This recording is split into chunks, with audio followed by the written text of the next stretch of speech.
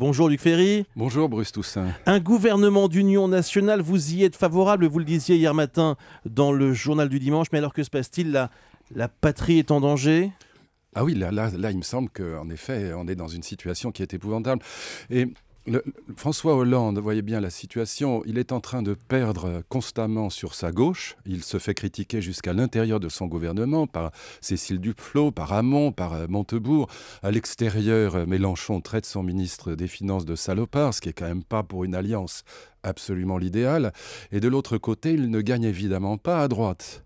Donc il est dans une situation de peau de chagrin et ça ne va pas s'arranger. Oui, mais ça c'est de la politique, Luc Ferry. L'union nationale, c'est autre chose. D'ailleurs, vous savez très bien que la dernière fois qu'il y a eu un gouvernement d'union nationale en France, c'est très lointain, c'est 1945. On ne peut pas comparer ces deux périodes. Non, en effet, c'est pour ça que je ne les compare pas. Mais je parle de la situation actuelle, malgré tout, le contexte actuel, qui est un contexte dans lequel il me semble que... Et je ne parle pas d'un gouvernement centriste. On parle toujours de François Bayrou, je ne parle pas de François Bayrou en l'occurrence, mais je pense qu'il faut un gouvernement, resserré à 15 ministres. Je pense que ça, c'est absolument essentiel parce que ça donnerait aux Français le sentiment que la classe politique est capable de faire un effort sur elle-même et pas simplement sur eux, ce qui n'est pas la même chose.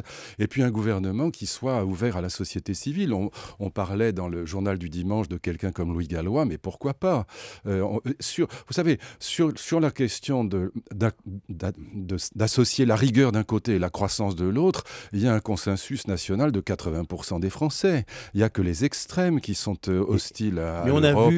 Et donc on peut quand même faire quelque chose. La société civile, ça n'a pas donné que des succès. C'est même un euphémisme. C'est quand même ce qui a le mieux marché, pardon, excusez-moi, mais Christine Lagarde a été constamment élue. Alors je ne parle pas de moi je vous laisse juge. Moi quand je suis sorti, j'avais des sondages, je dois dire, qui étaient formidables. Bon, quand j'ai été viré du gouvernement, mais enfin peu importe, je ne parle pas de moi, je ne suis pas mon propre avocat.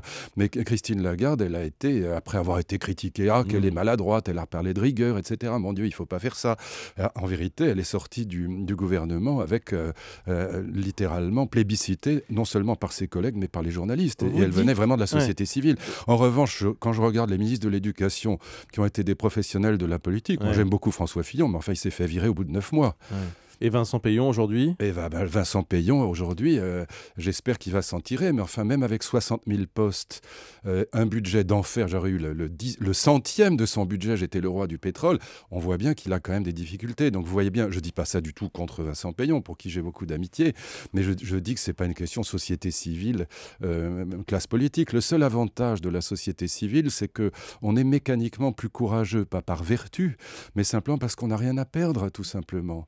Moi, j'avais un job, quand j'ai été viré du gouvernement, bon, c'est désagréable, mais c'est pas mortel. Quand vous n'avez pas d'autre métier, c'est évidemment mortel. Luc Ferry, ça c'est pour la partie société civile. Mais il y a aussi donc l'idée d'une union nationale avec un gouvernement de tout. Mais c'est quoi? C'est-à-dire qu'on mettrait de l'UMP, du PS, des centristes, du Front de gauche, du Front National? Comme dit l'adage, si c'est vrai, ça se peut. C'est ce que l'Allemagne a fait en 2007. Donc, je vois pas pourquoi... Alors, on parle de l'Italie. L'Italie, c'est très différent parce qu'ils sont dans une situation qui est épouvantable. Donc, c'est pas un modèle.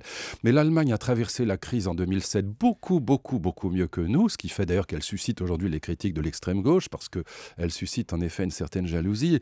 Mais l'Allemagne s'en est tirée beaucoup mieux que nous, en grande partie parce qu'elle a été capable de faire un gouvernement d'union nationale. Je vous rappelle que le SPD, c'est le SPD, c'est-à-dire la gauche allemande, qui a fait voter la réforme des retraites à 67 ans avec 45 annuités et demie sous peine de décote. Je veux dire, même la droite française en rêve serait incapable de faire ça.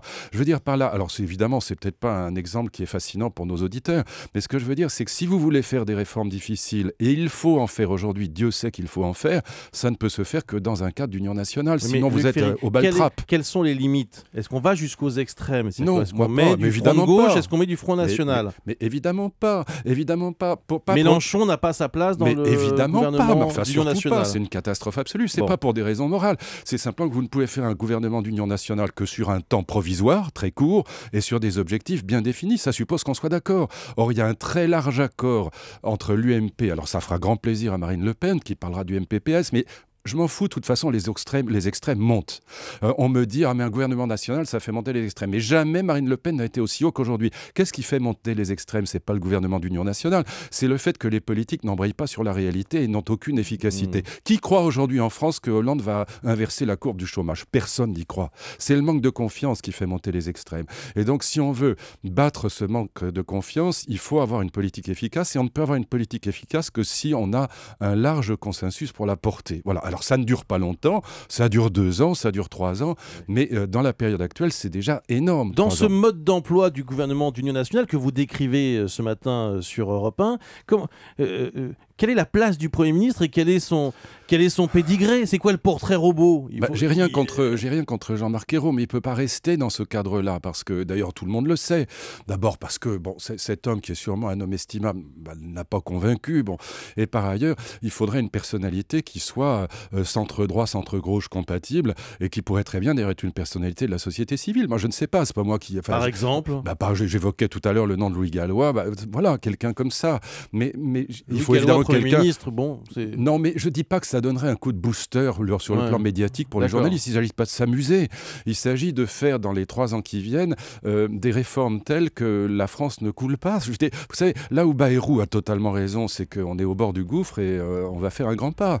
Donc c'est ça la situation de la France aujourd'hui. Donc si on continue à se tirer dans les pattes sur des sujets stupides, les sujets de société par exemple, qui sont très intéressants en soi, mais qui ne touchent pas fondamentalement à la survie de la France aujourd'hui, et c'est de ça qu'il s'agit quand même, je pense. Et puis on n'a pas de politique européenne. Enfin, c'est un scandale, l'absence de politique européenne. Donc on a là, si vous voulez, un boulevard pour faire des choses utiles, mais on ne les fera pas dans un système d'opposition droite-gauche débile, où on se critique les uns les autres alors qu'on est d'accord sur le fond. Luc Ferry propose donc un gouvernement d'union nationale. Et si le président vous appelle? Non, moi j'ai dit, écrit, réécrit que... Mais non, là, la situation est différente. Jamais je dirais ça si je voulais y aller. Soyons clairs. Merci Luc Ferry, merci d'avoir été avec nous ce matin sur Europe 1.